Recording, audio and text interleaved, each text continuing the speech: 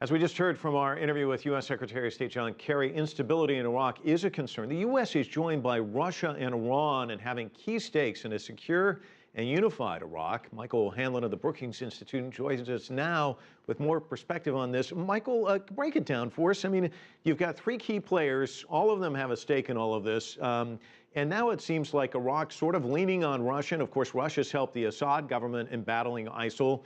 What are their interests there in Iraq, would you say? Why don't we start with them?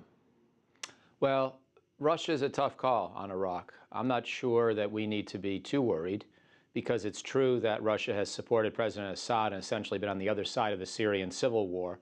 But I don't know that Russia has a strong view about what goes on in Iraq, except that it presumably doesn't want creation of a large terrorist entity or swath of land controlled by ISIL any more than we do, given its history with Chechen terrorists and others of similar ilk. So I'd be surprised if the Russians did anything that was fundamentally averse to some of the goals that we share, even though they do have different goals over the border in Syria. I think Iran's the harder call, if I could make the transition there, because while it may be true that Iran has no particular interest in instability in Iraq either, there are two mitigating or exacerbating concerns. One, Iran does have a history of stoking violence in Iraq, as we've seen over the last 10 years.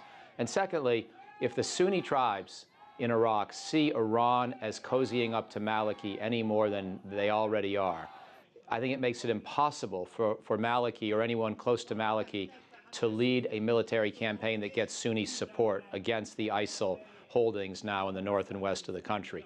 We're going to need those Sunni Arab tribes to be on the side of the Baghdad government and the international community, or I don't believe the effort can be militarily successful. And I think Iran's participation impedes the pursuit of that goal because Iran is so despised by the Sunni Arabs. So I think that's a bad development if Iran's very involved in this crisis. Michael, you just heard Wang Guan had a chance to sit down with Secretary of State Kerry, and he really sees the United States' role more as a mediator. How does the U.S. thread the needle with all of these other outside issues that they have to deal with?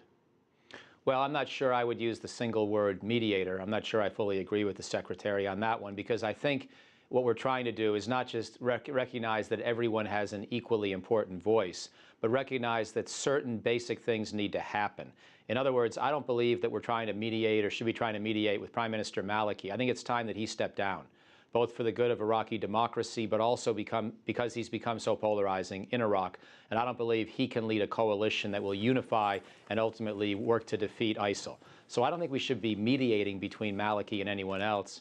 We should be trying to, in our own way, persuade Iraqis to find someone else. The good news is that many Iraqis want someone else on their own. So I think the main goal of the United States should be to support a government of national unity, ideally led by someone besides Maliki, that can ultimately get Sunni Arab support for a campaign against ISIL. That terrorist group in the north and west of the country ultimately has to be defeated. There's no other way about it. And our role has to be to help prepare the Iraqis to have the kind of inclusive government of national unity that can achieve that purpose. If that's what Mr. Kerry means by mediator, then I agree with him. But I think we need a little bit more clarity in actually what we're trying to achieve. Michael Hanlon joining us from the Brookings Institution with analysis. Thank you so much. My pleasure. Thank you.